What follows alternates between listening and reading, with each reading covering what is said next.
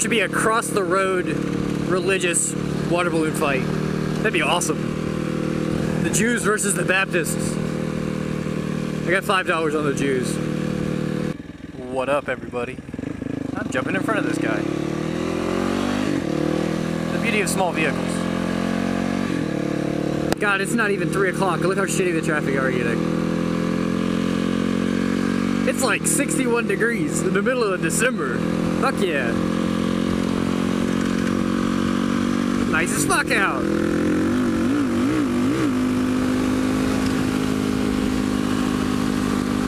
I wore the wrong shoes though. My feet are fucking cold. Well, not yet, but they will be later. I got sneakers on. I headed out to the skate park to meet Diane for some shred sledding. And thought I'd take you along with me.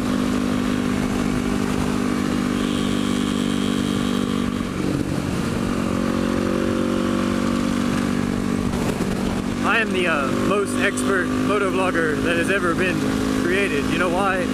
Because 2 out of the 3 times I've gone to ride, the last times I've gone to ride, I forgot to either charge my camera beforehand or turn it on at all. So the last time I rode for a little while, got out to where I was going and making a big loop coming back home, and got back to my house and my camera says 1 recorded video, 10 minutes long. I've been out for like an hour and a half, 2 hours riding around. And I thought, fuck, I didn't turn that thing on. Huh? Wasted all that time. But it's okay. The riding part's what it's about. It's not about recording it for you assholes. But it was funny because I said something while I was riding. I was like, I hope I turn my camera on, because if I didn't, I'm going to be riding around talking to myself for no reason. This time I stopped somewhere and I had the GoPro app. I need a little, whatever their holder for my phone. A case I can bolt onto my handlebars somewhere. Diane has a RAM mount that she doesn't use anymore. I think it's on her bike, I think. It may not be. It's for an iPhone. I'm gonna have to get a different case so I can bolt onto it, but if I can find one, I'll do it, because I need to have some way to control my camera from my handlebars instead of having to guess. But I won't have to worry about that after Christmas. I'm upgrading! GoPro 3, Hero 3 Black, here I come. When I touch you like this. Randomly break out into song because the shit on my headphones is crazy.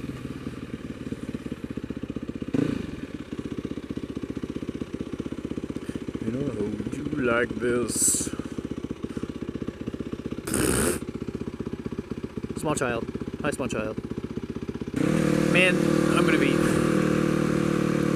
running through traffic like a fiend in a minute.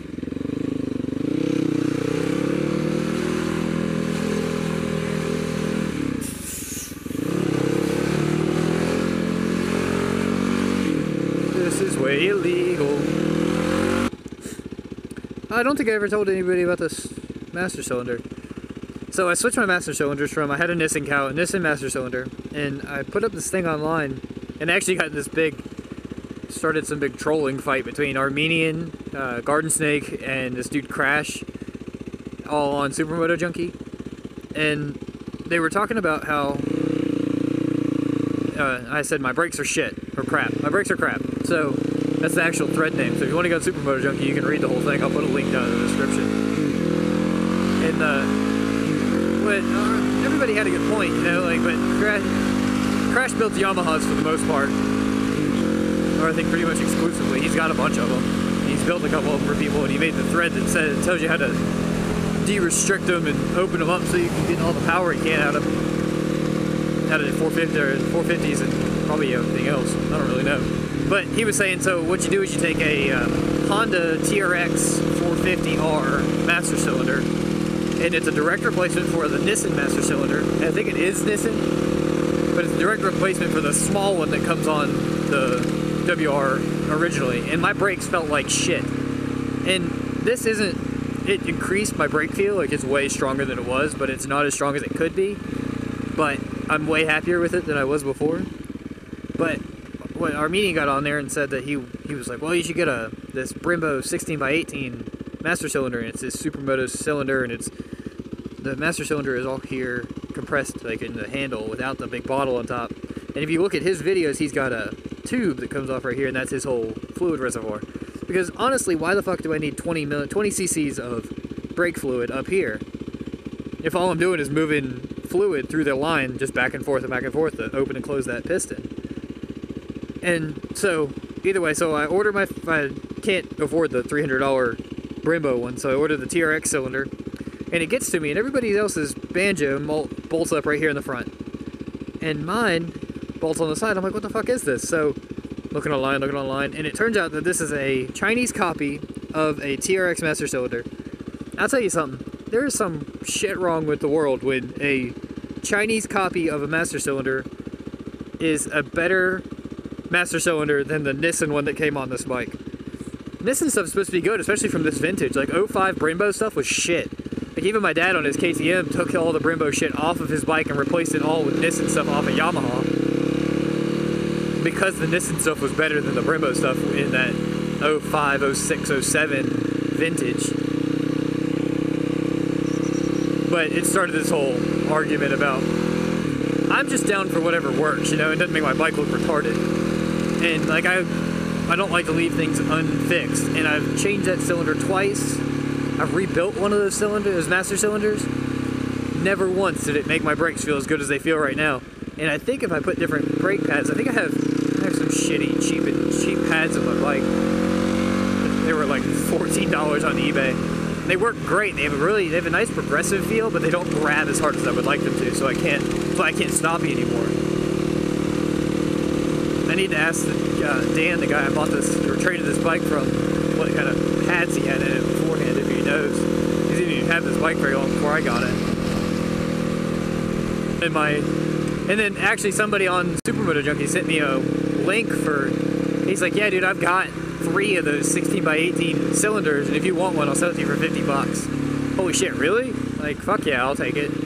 So I'm gonna wait, I'm gonna see if he still has any, and then in a couple of weeks I'm gonna send him a week or two after Christmas and everything, I'm gonna send him a message saying, hey, let me cop one of them cylinders.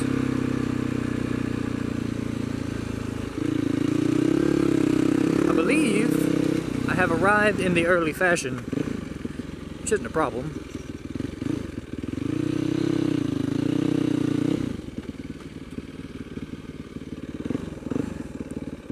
Skate park in the hood, skate park in the hood. All skate parks are in the hood.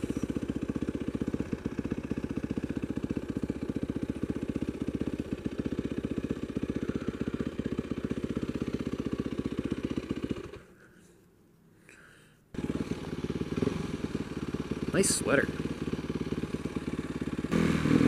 Another successful day at the skate park. I managed an hour before I got kicked out. That seems to be my average time there now.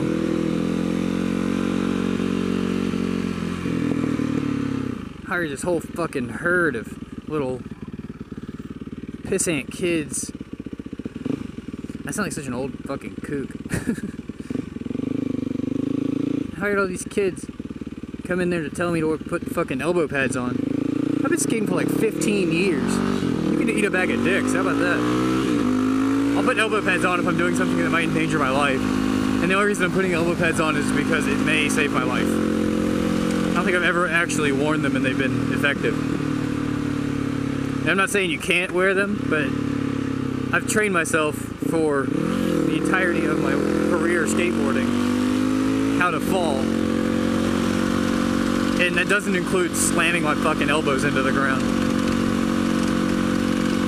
This kind of thing just pisses me off. Like, I know that's like some rando kid's job, but I understand the difference. It also makes me mad that there's inconsistencies in the rules. Like the guy, he went out and got his, he was mad at me because I had headphones in and wasn't paying him any attention. And he went over and got his like boss or manager or whatever. And his manager came over and started yelling at me about how, me and Diane, about how you gotta have your pads on all the time. And if you don't, you're gonna get kicked out. And it's a statewide rule, and that's bullshit. We were in Raleigh not a month ago, maybe a month and a half ago, and This whole park was no pads, no helmet, no fences, just wide open, skate at your own risk. That's what it should be. If you're not smart enough to know that you're not good enough not to wear pads, it's natural selection.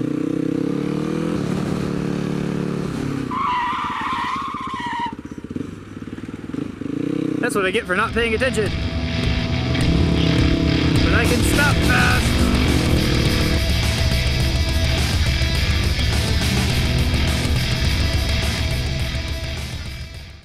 You're all stupid. All of yous.